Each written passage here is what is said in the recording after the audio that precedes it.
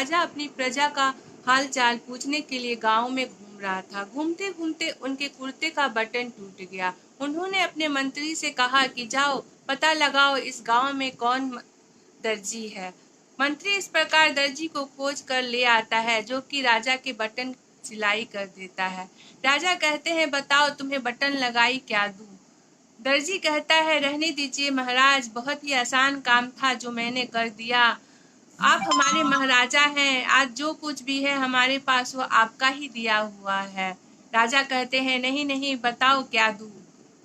दर्जी सोचता है 2 रुपये ले लेता हूँ। फिर मन ही मन सोचता है राजा कहीं यह न सोचे कि यह मुझसे ही 2 रुपये ले रहा है तो पता नहीं गांव वाले से कितना लेता होगा। उस जमाने में 2 रुपये की कीमत बहुत होती थी, इसलिए उसने राजा को कहा कि जो आपको उचित लगे आप वही दे दो।